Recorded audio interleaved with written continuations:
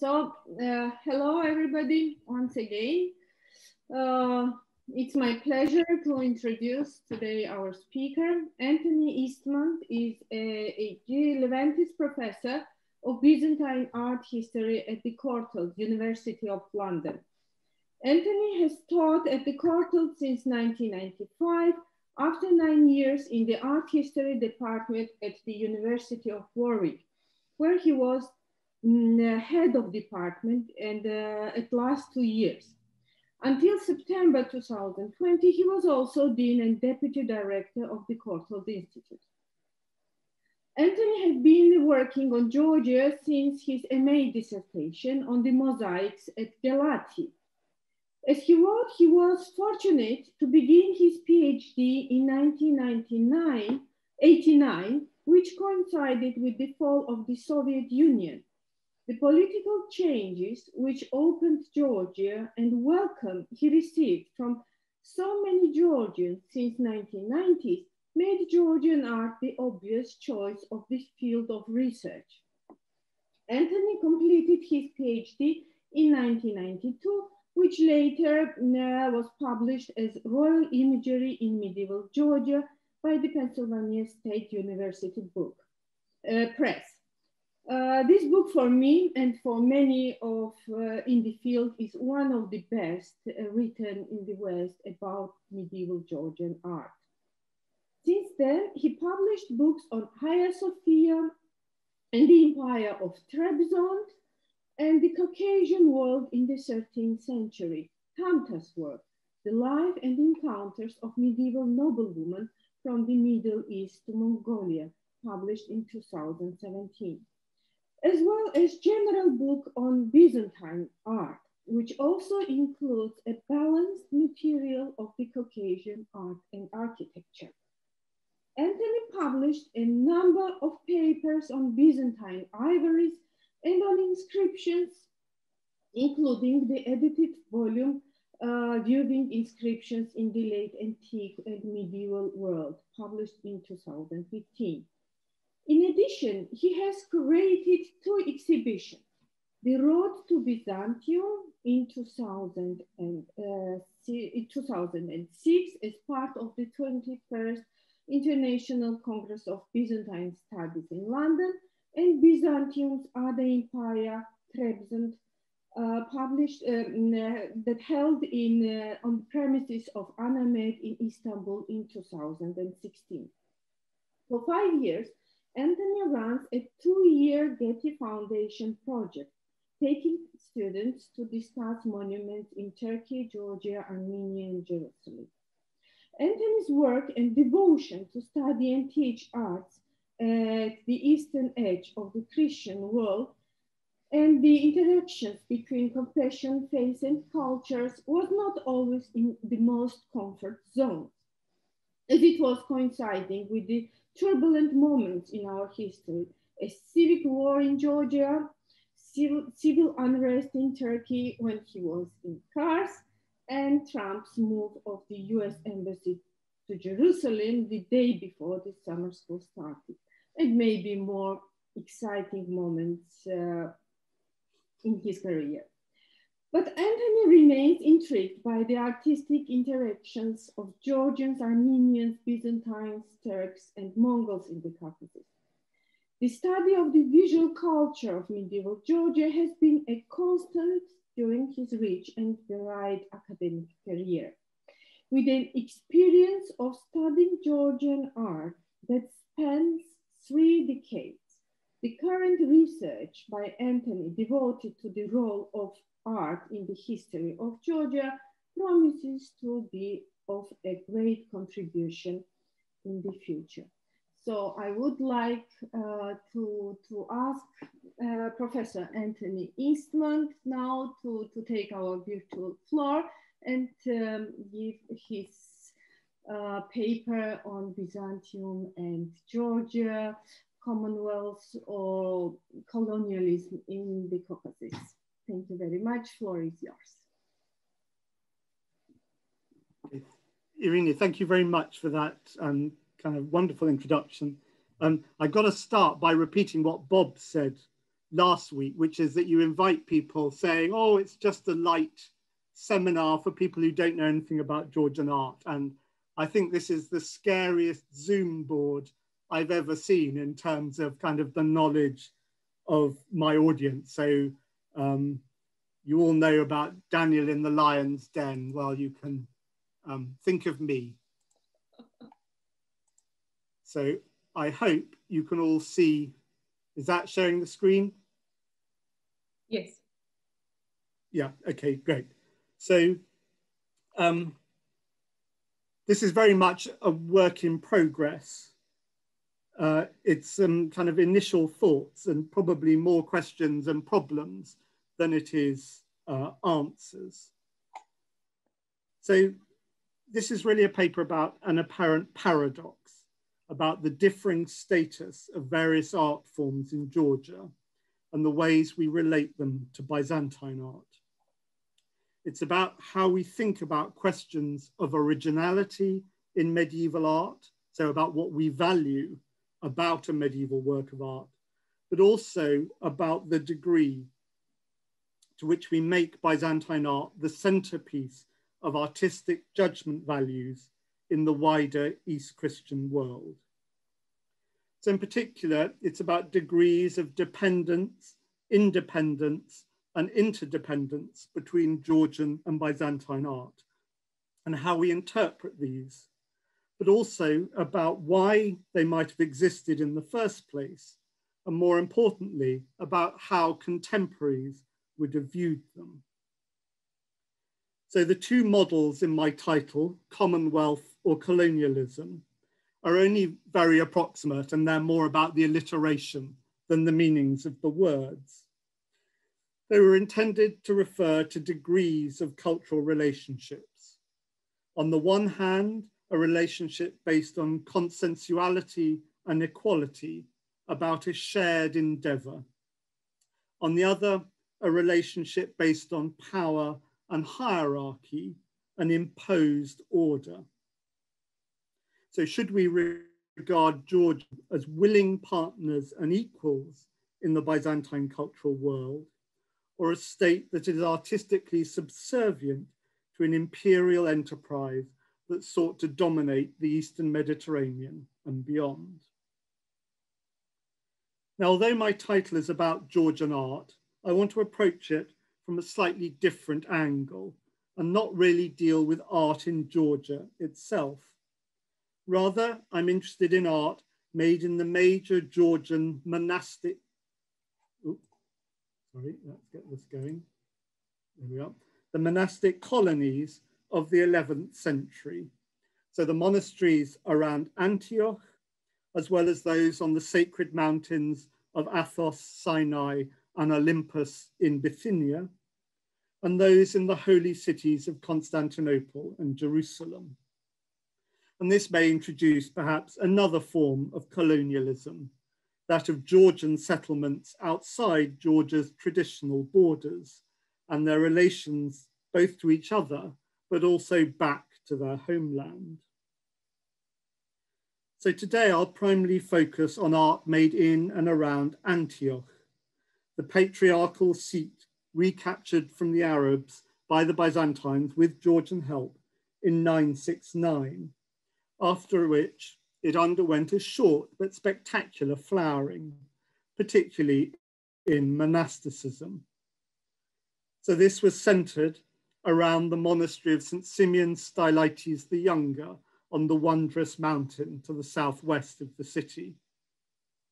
The archaeological evidence suggests it was largely a moribund site during the period of Arab domination, but that it came back to life spectacularly at the end of the 10th century.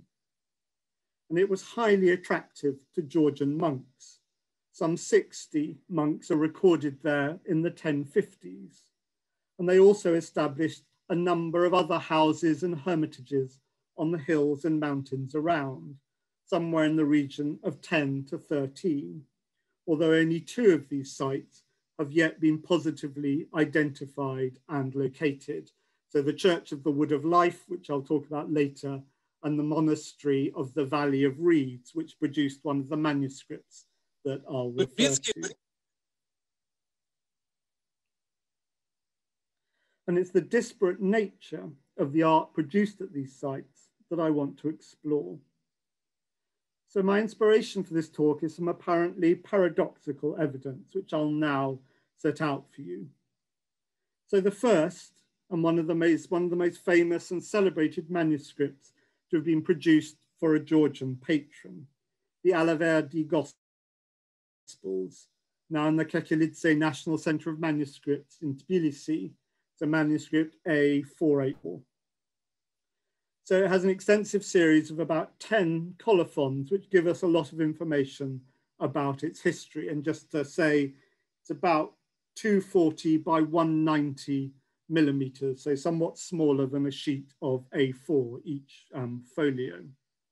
So its colophons inform us that it was made by Sphimion, who describes himself thus: by vocation merely a priest, but in reality a maggot.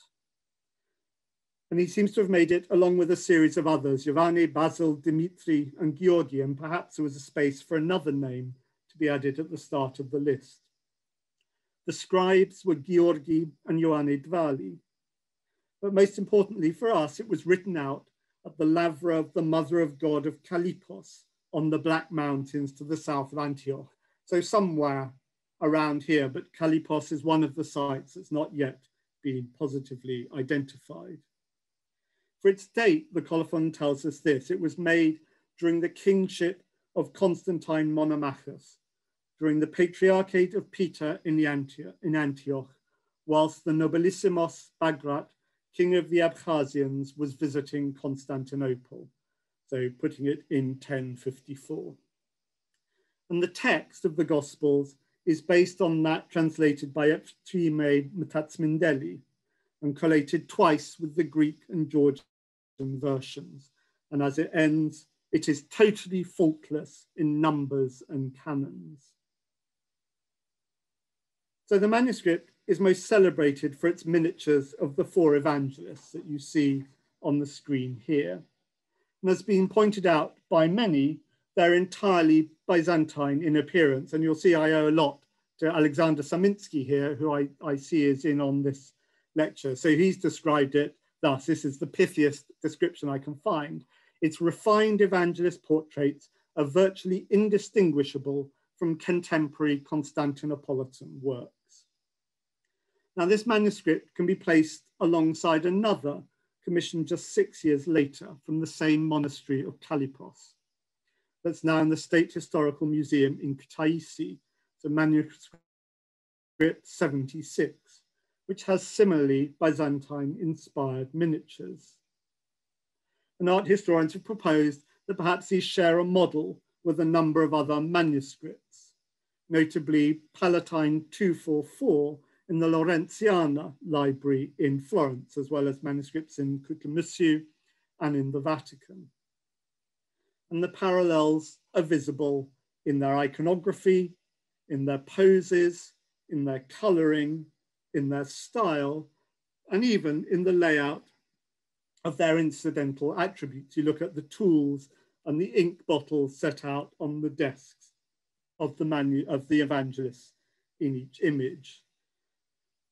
So A484, the Alaverdi Gospels, and the Kutaisi manuscript are just 2 of 13 surviving manuscripts made in Antioch in the course of the 11th century.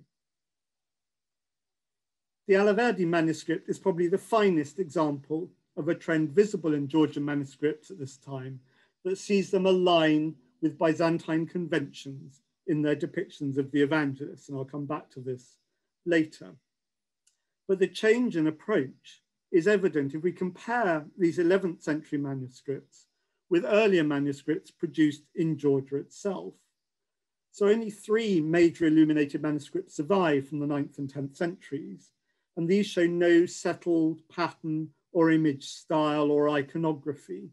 Artists were clearly experimenting. So the earliest and most famous of these, the Adishi Gospels, made at Shatbergi Monastery in 897 by the scribe Mikhael, so in the reign of Adonase I Kuropalates. So the manuscript now survives in Mestia, having been taken there probably in the 16th century when it was rescued from Shatbergi, which must have been in disrepair. So on the right of the screen, you see the most famous of the images, and the only one I can find a good reproduction of Luke and John in this kind of Hellenizing style that seems to be already looking to Byzantine models for its way of depicting the two evangelists.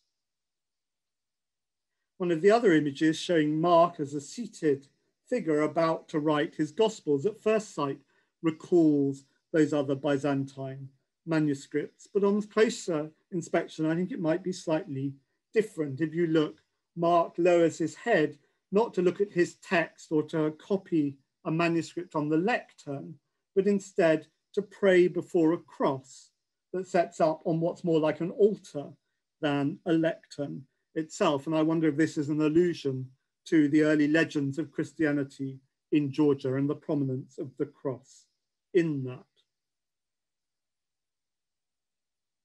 The next surviving manuscript, again copied at Shatbergi in 936, is the first Drucci Gospels, which were illuminated 4 years after they were made by the artist Tevdore. And again, it includes prayers in honor of the king of Kartli, Sumbat I. So now the portraits have moved to the start of each of the Gospels. And here you see Mark and Luke, but they're also now paired with Christological images. So Mark, that you see on the left, precedes an image of Christ healing a blind man, whereas Luke follows an image of Christ healing a demoniac. So this way of pairing the evangelist with Christological scenes, here all emphasizing the importance of Christ's miracles, in some ways seems to preempt a development that we only really see in the 12th century in works like the Codex Ebnerianus in Oxford, where the evangelists are once again paired, although on a more coherent basis, with major Christological scenes. We should also note, interestingly, the use of either bilingual or trilingual inscriptions to name Christ, either Georgian and Armenian with Mark, or Georgian, Armenian, and a sort of Greek with Luke. But one of the other pairings is, I think, even more interesting. So the Gospel of Matthew opens with an icon-like image of the Hodegetria. Now, this probably fits the start of Matthew's Gospel, which is interested in the ancestry of Christ, but I wonder whether it also fits the growing role of icons in the course of the 9th, 10th, and early 11th centuries in Georgia itself. So here's the Tsilkani icon, possibly of the 10th century, but by the middle of that century, you've got the Chobi icon of the Virgin, and then the Chachuli icon as well. So this is very different from the approach of the Adishi Gospels made just 30 years or 40 years earlier. And it's very different again from the next Gospels to survive from in Georgia, the first Skarastavi Gospels made in the later 10th century, and probably also made in Tauklageti. Now these Gospels are usually well, not really dismissed, but they're usually described as being some form of folk art, and folk is always a kind of a descriptor that worries me when it associates with kind of clearly such expensive products as an illuminated gospel book coming from Tauklageti. So it's clearly a very kind of linear form of drawing with these great sweeping curves and parallel lines for folds. And I wonder whether, rather than calling it folk, we should be more thinking of it in terms of a kind of manuscript version of low relief sculpture. So this is the 10th century relief of Christ and the Mother of God that was incorporated in the 14th century church at Zazma. I'm afraid my photograph of it isn't very good, but Christ has exactly the same kind of looping folds around his right arm, and you can see the same network of parallel lines here on the left shoulder that match those of John in the Skharastavi Gospels. And I wonder also whether this kind of more idiosyncratic figural style is perhaps also closer to 10th century Armenian manuscripts, such as the Walters Gospels of 966. So I think it's against this background of the way manuscripts were being made in Georgia that makes works like the Alaverdi Gospels stand out so much, and that they're really perhaps the finest works in what we could call the Constantinopolitan turn. I hate the phrase turn, but it just seemed to fit here. And in that light, they fit in with a number of other manuscripts that fit the same kind of criteria. I think the most famous of which are the manuscripts produced by Zaccaria Valashkateli, the Bishop of Barna and Sinkelos, who was held hostage in Constantinople in the aftermath of the war between Basil II and Georgi I in the 1020s. And whilst there, he commissioned a series of manuscripts, of which 6 survive, made at the Hagia Pante and Hora monasteries in Constantinople, at the Iveron Monastery, and on Mount Olympus in Bithynia. I think the most famous, the Synaxarion, A648, copied in the Kariajami in 1030, that you see here, shows its debt to Byzantine art, and it's often, and I think quite rightly, compared with works like the Menologion of Basil II. So I think this is a work whose artist we can associate with the highest echelons of the Constantinopolitan court. And the artist was always careful to include a Greek label for every image in the manuscript. So these are works being made by someone in Constantinople, but we also find something similar going on with those still back in Georgia, such as Samuel, the 4th Bishop of Tibeti, who sought to match such commissions from his home monastery. So he took an existing manuscript from his monastery that had been finished in 995 and sent it to Constantinople, since according to the colophon, it was devoid of images and arches. And I became inspired with great zeal, and at great expense, I obtained these pictures and arches from Greece, from the great imperial city, and inserted them in these holy gospels. So this took place sometime in the 11th century, so both for the canon tables and also the evangelist portraits, although they may have been even later insertion, according to Saminsky's latest article that I've seen on them. So the evidence of manuscript production then is one of a distinct shift to Constantinople in the course of the 11th century. The Georgians in the monasteries in Constantinople and Antioch were major drivers for this change.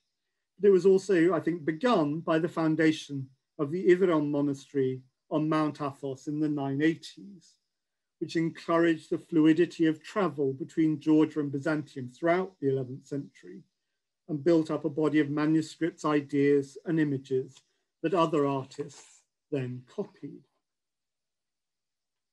So when we find works like the Mestia Gospels of 1033, of which you see the 4 evangelist portraits here, which was copied at the monastery of Oshki, but is now in the Museum of History and Ethnography in Mestia, I think the Byzantine iconography is not such a surprise, since after all, Oshki was the major scriptorium in the exchange of manuscripts with Iveron from its foundation, not least the great 2 or 3 volume Bible commissioned by Tourniquet, the founding patron of Iveron, which he commissioned from Oshki in 978.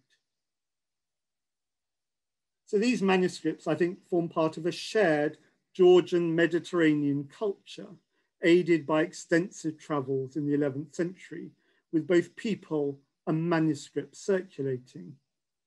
Jos Gippert has traced the movements of those manuscripts from place to place.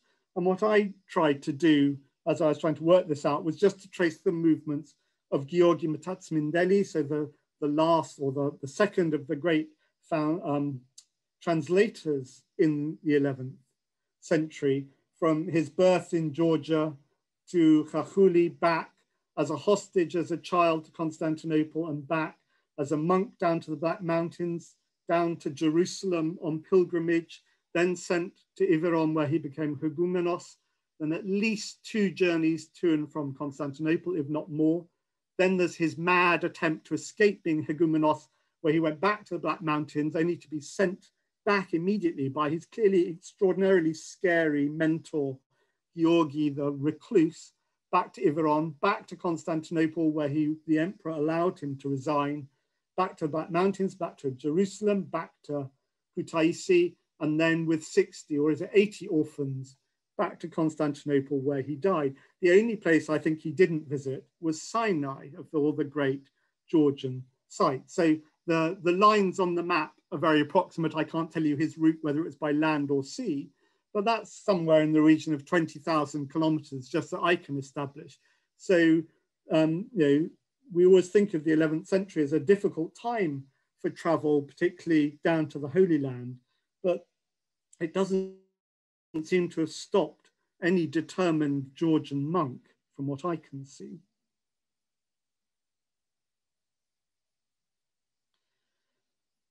So I'm going to return to these travels and these manuscripts in a minute to suggest a different way of looking at them. But first I want to set out the other evidence of art made by Georgians in the environs of Antioch in the 11th century. And this is the Monastery of the Wood of Life in the Black Mountains, so to the southwest of Antioch. So it was founded by David Gibistze and his nephew, Giovanni, who both started their work at Shatbergi, where all our early manuscripts came from. And the dating of the monastery comes from a series of manuscripts. So from a book of Psalms, so A135 in the National Central Manuscripts, we know that David and his nephew were still at Shatbergi in 1035. But a second manuscript, a translation of the Great Synaxarion, so H2211, which had only just been translated into Georgian by Georgi Mindeli, so sometime between 1042 and 1065, places it firmly in the environs of Antioch. So its colophon tells us that it was written in the vicinity of the monastery of Miraculous Simeon at the borders of Antioch, in the glorious and famous monastery, watered with streams of tears, beautified with the multitude of monks, Holy Romana, in the abode of the Holy Virgin during the priorate of Mikhail Kemlobili. And another edition by Giovanni, the scribe, says that by the order of my father's brother David, this holy book was placed into the dwelling place of the Wood of Life, built by himself for the service of all saints and for preaching. So that gives us a date. So the absolute latest is 1065, and it's likely to be rather earlier. So little remains of the architecture. You can see one of the few photographs I've found. It was surveyed by Vakhtang Jabadzai, by Messerien, and also Lassu, who all have published on it.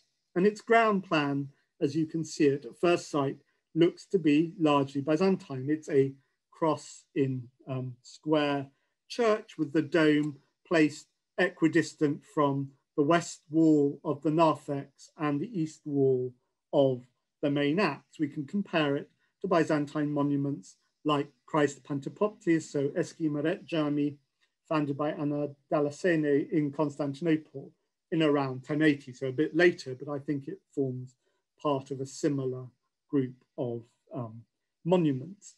So cross and square with an integral narthex and 3 interjoining apses at the east end.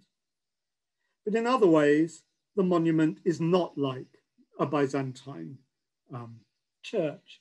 It has, for example, no external apses. They're all held within the thickness of the wall, and great prominence, as you'll see in a minute, is given to a porch from which to enter the church, albeit this one on the east of the church, rather than, the west of the church, rather than perhaps the south, as you might find in many other Georgian churches. And this has led Jabadze and others to compare it also to churches more like Samtavisi, completed in Kartli in 1030. Although the one worrying difference is there are no triangular niches to articulate the exterior of the church in the monastery of the Wood of Life. But made of the local sandstone, it was able to do much that we associate with Georgian churches in terms of sculptural decoration, most particularly this west porch. And a lot of the fragments that they found during the excavations can all be tied directly back to Georgia. So the one I most like, this is kind of my most preferred Georgian sculptural motif of the 11th century, a kind of key diagnostic tool for dating anything to the 11th century, these great sweeping triple tendrils in an alternating kind of looping pattern. They came on the west porch of the Wood of Life, but you can find them around the window at Nikotsminda in 1010, around the great door at Savane in 1046, and just to get at least one inscription in, around the 1032 inscription over the cathedral at Ishkhani. Pendentive spandrels were found at the Monastery of the Wood of Life, which again can be compared to those in Georgia. Here's one from the porch at Nikotsminda. Also above the porch is a radiating vault. So a keystone of a 12-arm radiating cross was found at the Monastery of the Cross, which has many comparisons in Georgia. I'm afraid the best I could find is rather later, but here's a 12-arm kind of radiating vault from Sapporo. But also there's a kind of looping foliate design, slightly harder to find an exact comparison, but one very close. Here's a fragment reincorporated in the south window again at Samtavisi, this church from 1030. So now that wasn't all clear enough to suggest that this owes an awful lot to Georgian artistry down in Antioch. Jabadze has made a fairly complete list of all the very clearly Georgian masons marks that were found around on the stones around the monument. The only thing that I can see about the church that doesn't really follow the latest in Georgian sculptural design is one, the rather classicizing cornice that was uncovered, which looks more like what you might find at the monastery of St. Simeon. But the other is the rather simple and perhaps archaizing templum designs, which look very different from those being produced in Georgia at the same time. So here's the early 11th templum panels from Shimkhvime, which slightly ironically includes an image of the monastery of St. Simeon the Younger, with Martha praying for her son, and a rather kind of Oshki-like monastery of St. Simeon behind it. So the question is then, why should the architecture of the Monastery of the Wood of Life be so clearly Georgian, but the manuscripts being produced in the same area and at the same time be so resolutely Byzantine in appearance? And this is really the root of kind of Gayane Alibigashvili's, not complaint, but concern about Georgian manuscript illumination. So this is just a quotation. Again, it's just one of the pithy English translations of some of her work, in which she wrote, "It must, however, be admitted," and admitted is a kind of worrying word about kind of prioritizing forms of art. "It must, however, be admitted that Georgian illumination is not in the same class as Georgian architecture and sculpture as regards original quality. This is because the art of illumination was more dependent on foreign models." Well, so far, I think the evidence I've shown would support that. But there's no real intrinsic reason why a manuscript should be more dependent on a foreign model than a building. Yes, they're more portable, but as the Monastery of the Wood of Life has shown, the portability of even the heaviest of art forms, architectural sculpture, is possible. So do different media have different cultural meanings? And if so, why should manuscripts be treated differently? I think Gayana Alibagashvili identified and described the problem, but I don't think she was really able to explain it. And I think one of the issues lies in how we define what we mean by foreign, more dependent on foreign models. For Alibagashvili, the weakness of the Alaverdi Gospels is not in the quality of their craftsmanship. No one will deny kind of what fantastic works they are, but in their dependence on the Byzantine style. And we need to remember that her study of the manuscripts was restricted to formal analysis, reflecting the Soviet restrictions placed on her as an art historian working on medieval Christian culture from the 1950s. I think what she managed to publish is just extraordinary given the circumstances in which she worked. But for her, Byzantine can only ever really be a descriptor of form. And moreover, it's long been recognized, most recently by Nino Kaftaria and others, that other elements of Georgian manuscripts that I've been discussing were much more what we might call original. So she and others have pointed to other elements of the manuscripts that are rather different, notably the Georgians' extensive use of canon tables and other prefatory manner, and with a rather more original approach to decoration. So here is some of the prefatory matter from the Alaverdi Gospels, the opening Great Cross, and then the opening of the canon tables, which uniquely in Antioch in Georgian manuscripts run to 14 pages. But here, the cross on the left has effectively been co-opted by the commissioner of the manuscript to call on the cross as Christ to have mercy on Simeon the priest. The Mestia Gospels made 20 years earlier have a rather similar kind of originality. Now the cross is more generic. It's there as the hope for believers according to its inscription, but the canon tables, and in particular their decoration, is clearly recalling the place in which they're made, and that opening image of the canons so closely reflects the architecture of Oshki itself. And then just because he showed it in the kind of the sister set of these seminars, Eric Juno brought us to our attention the 10th century Gospels in Sinai, where the cross is associated both with the cross, but also the column of Sveti Tsoreli, perhaps. So again, a local association and meaning for these crosses. And there are also perhaps some overlaps between the headpieces in these manuscripts and the carving of the Monastery of the Wood of Life. So this is a comparison that Vakhtang Jabadze brings between the great Synaxarion and its headpieces and the sculpture of the Monastery of the Wood of Life.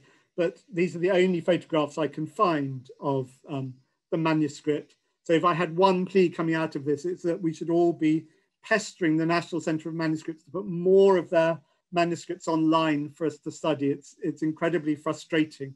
The manuscripts I can't show you because it's just been so hard to find good quality images of them. So if we take this kind of broader environment of the manuscripts into account, the Byzantine problem seems to be just limited to the evangelist portraits themselves. What I want to propose is that when we dismiss the evangelist portraits as Byzantine and therefore foreign and not Georgian, we're actually misjudging them. And we need to consider what role the portraits play in the manuscripts, that they're there to authenticate the text in the long tradition of author portraits that can be traced back to antiquity. So they link the text back to those who made it. In the same way, the accuracy of the likeness of the saint in an icon guarantees its efficacy. So too, the accuracy of the text of the Gospels and the accompanying image of the evangelist that goes with it guarantees the truth of the text. And we know that the driving goals of the great monks of the late 10th and 11th century, so Eptwime and then Georgi, both Athaneli, both of Athos, were to restore the accuracy and authenticity of the Georgian texts, particularly the Bible, and to make them as close a likeness as possible to the originals, the only change being they're now in Georgian rather than Greek. And this is best expressed, and it's continually expressed in the colophons of all the manuscripts I've been showing, as well as others. So perhaps the best example comes from two manuscripts now on Sinai, made in the years 1074 and 1075, both copies of Georgi Metaxmindeli's final version of the Gospels. So clearly showing the trade in manuscripts through to Sinai. This is within a decade of his death. These have been copied out on Sinai. And just read what they have to say. I have copied this from the new translation, and it is very true to its model. Know that this is the truth. It represents the words spoken by the evangelists, in so much as the Holy Evangelion, written by the hand of the Holy Evangelists themselves, is kept in Constantinople in the royal treasury, together with the cross, and the new translation was made from it. This great emphasis on accuracy and going back to sources. And this you can trace in many other manuscripts. So the Alaverdi Gospels know that it is truthful and pure. It is totally faultless in numbers and canons. The great Synaxarion begs us, do not change the words or dots, for it is faithful to the original. Write what you see as it is. The Ruisi Gospels, A845, made at the monastery of the Valley of the Reeds down near the coast. I wrote this, he says, from the priest Nicolaus's original, which he had copied from the Gospel of Georgi Metaxmindeli, which Georgi Metaxmindeli collated with the Greek Gospel the third time, and twice he had collated it earlier. And the manuscript in Kutaisi 76 just says, and those who in the future will copy it, I beg you to copy exactly what is written here. So I think what we have is the verbal equivalent of icon theory. The link to the prototype depends on the accuracy of the likeness, or in this case, the exactness of the copying of the text. And the association of the evangelist with originality and with art is made in the letter of the three patriarchs, probably from around 938, which claims the evangelists made images before they even wrote their gospels. For this reason, it says, the holy apostles who were the original witnesses and servants of the word, just as they have heard and seen and felt with their hands the word of life, so did they, prior to the writing of the God-inspired gospels, adorn the holy church with painted pictures and artistic mosaics. Now, I don't know the status of the letter of the three patriarchs in Georgia, but I think we can be certain that given Georgi Metaxmindeli's extraordinary education in Constantinople at the beginning of the 11th century, that this is just the kind of text that he would have known, given how he was able later in his life to wow the patriarch in Antioch with his extensive knowledge of Byzantine theology. So the images, therefore, I think, are part of that quest for the true origins and accuracy of the Gospels. And this emphasis on authenticity, I think, is evident in the Alaverdi Gospels, which uses Mark to make this very point as he copies out the start of his own text. So there we have the beginning, the opening of the Gospel on the lectern, and he's faithfully copying it in the book on his hand. And you compare that with the images, the models often cited for it, where the books are more likely to be empty or he's not yet started writing. And ideas about accuracy and faithfulness to the original also appear at the end of the Alaverdi Gospels in the correspondence of Abgar. and the legend of the Mandylion, where we learn the story about the true likeness of Christ, just as the new translation of the Gospels are the true likeness of the Word of God. So I think the issue is that what we as art historians label as Byzantine wasn't really seen as Byzantine by Georgi Matatz-Mindeli and his contemporaries. For them, the images represent a return to the original, true, and accurate portraits of the evangelists who authenticate the return to the origins of the texts. So they're not about a slavish adherence to a contemporary Byzantine art form, but about the return to an original idea of the evangelists and their likenesses. And I don't think we can find a similar idea in the representation of evangelists in other Christian cultures that is expressed in the same way. And so I think actually, although they may look Byzantine, I think the Georgian understanding of the evangelists and their portraits is really a truly original one in these manuscripts, and they ought to be celebrated perhaps in a different way. Now, this isn't to deny that clearly some Georgians sought out Byzantine art in the 11th century for its artistic superiority and cachet. I think that's evident that for Zakaria Velashketeli and for Samuel of Tibeti, their goal was the ownership of art made in Constantinople, although maybe less clear what that represented for them. Was it technical accomplishment? Was it the expense and the quality of the materials available? Or was it about the modernity of the style of images that they wanted for their works? And I think that this way of viewing the manuscripts as about being a search for origins rather than about being an imitation of a foreign Byzantine style is perhaps supported by the very difficult relationship between Georgia and Byzantium in the 11th century. The evangelist portraits were made at a time when Byzantium was a colonial enemy and rival of Byzantium as leaders or partners in a shared commonwealth.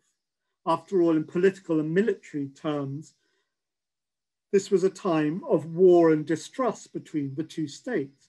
Georgi Matatz-Mindeli's life was largely determined by the invasions of Georgia led by Basil II, which led him to be sent as a hostage to Constantinople for 12 years, where he was able to become so fluent and knowledgeable in Greek. And during this time, the Byzantine incursion into southwest Georgia left its own mark as a kind of Byzantine colony, most notably with the establishment of the theme of Iberia, which is evident in Oshki, where there are at least two known inscriptions that commemorate or talk about the role of Basil II and also Constantine VIII. This was also a period of ethnic rivalry between the Byzantines and the Georgians. In the 1050s, there was an attack on the Georgian monks at the monastery of St. Simeon, which Georgi Matatz-Mindeli had to go to Antioch to try and resolve. And this is then played out later in the 11th century. If you look at things like the Typicon of the Petritsoni monastery with all its clauses to ban the admission of Greeks into the monastery, it's the preserve of the Georgians and those of the Georgian church. And there's also, of course, ecclesiastical rivalry between the churches in this period, not least the attempt to assert the supremacy of the Patriarch of Antioch over Georgia, that again, Georgi Matatz-Mindeli argued against, which was perhaps a response to the growing claims of the Georgian Catholicos in Mtskheta, perhaps best seen in Catholicos Melchizedek's proclamation of himself as Patriarch of the Orient on the church at Kobe Erdi. This is kind of my most romantic Georgian church to go and visit in Ingushetti, which seems impossibly remote to me, but does look rather wonderful.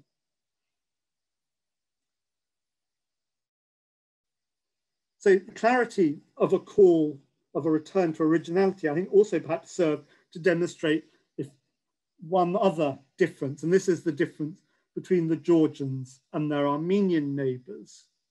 From as early as 900 in the Shatbergi Codex, we find Georgian translators worrying about their dependence on Armenian text. The translator Drucci wrote to the Bishop of Tibeti to apologize for having to rely on an Armenian translation of Epiphanes' commentaries on the Psalms rather than the Greek, which he had a copy of, but couldn't read. He says, I knew Armenian and was able to translate it, but I was afraid, and if anything seems unworthy in my work, burn it. And the life of Georgi Metaxmindeli itself is rather more polemical about the issue. Although our nation possessed the Holy Scripture as well as undefiled and true faith from the very beginning, our land was yet far from Greece, and the unkind Armenians, evildoers and cunning, have been implanted among us as impure seeds and caused great harm to us. Although our flock remained pure and undefiled, the Armenians, by proper and improper means or through temptation, brought about that the Georgians translated a number of books from their language. For these reasons, the mercy of God looked upon our people and restored to us a new Chrysostom, our father Ptolemy. Like a 13th apostle, he cleansed our country completely from the above mentioned deficiency.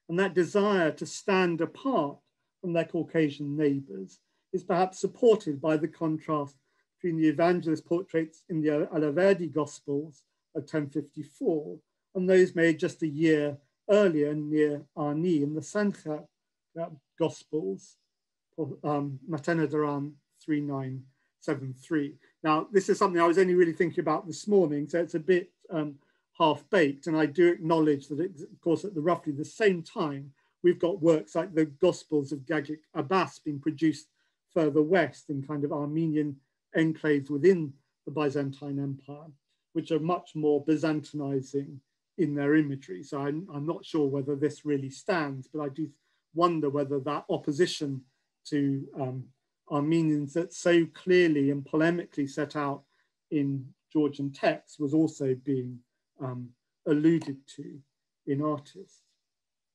But to return to Byzantium, I think seeing in the light of the various relationships between Georgia and Byzantium, it would seem to me doubtful that the Georgians would want to imitate Byzantine art in any way that referenced it as representing a Byzantine military state or ecclesiastical hierarchy.